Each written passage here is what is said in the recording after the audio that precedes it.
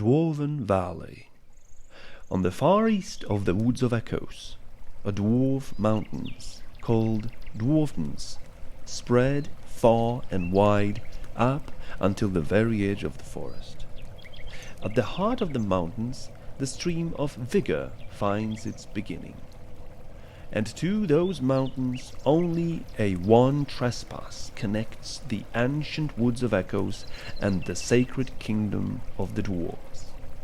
And at that trespass stood Eldric and Wroth, two dwarven guardians of stout heart and unwavering resolve. Their duty was to guard the sacred pass that led to the hidden realms of the dwarves, a land of untold riches and timeless traditions. Eldric, with a beard as long as a winter's night, and Wroth, whose eyes sparkled with the sharpness of a newly forged blade, took their vow as guardians solemnly.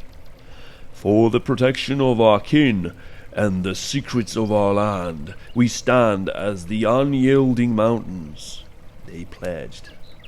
The ancient armor they donned was not just a shell of defense, but a symbol of the trust placed upon them by their people. Legends echoed in the valley of those who dared to challenge the Guardians. Many had tried, drawn by whispers of dwarven treasure, yet none has succeeded.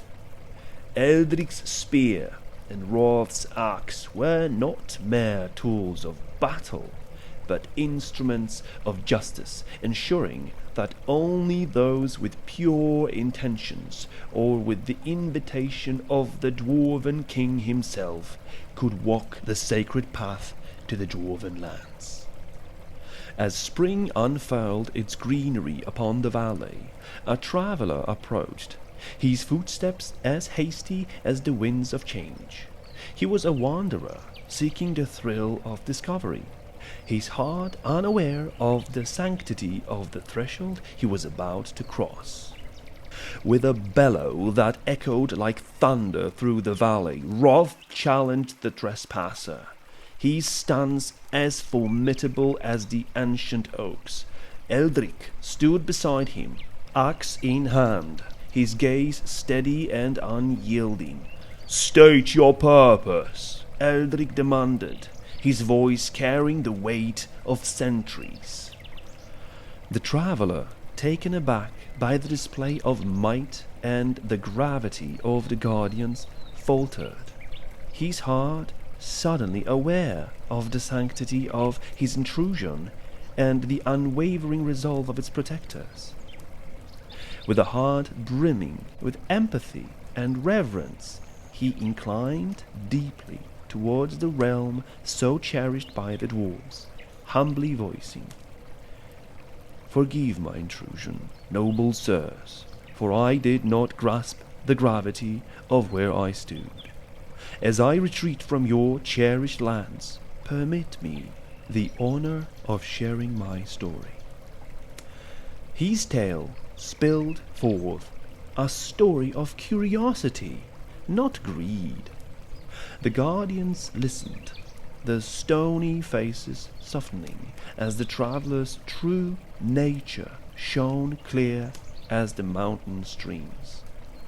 The traveller learned the importance of respect that day, understanding that the Guardians stood not for oppression, but for protection.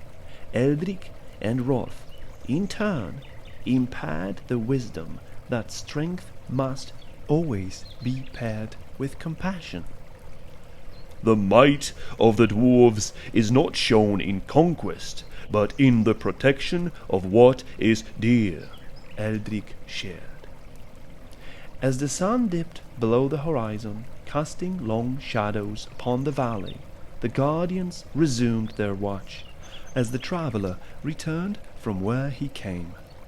They knew that the readiness to defend was essential, but so was the discernment to extend a hand in friendship when the time was right. In the quiet that followed, Eldric and Wroth reflected on the world beyond the valley. A realm teeming with diversity, where every creature, from the smallest ant to the greatest dragon, played a part in the grand tapestry of life.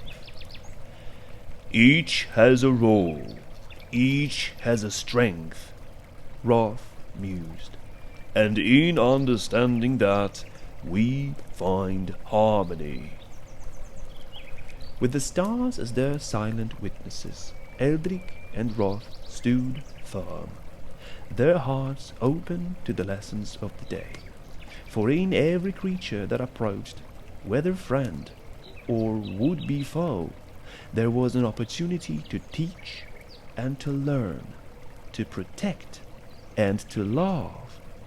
And so, the Dwarven Valley remained a bastion of peace, guarded by the stoutest of hearts. The end.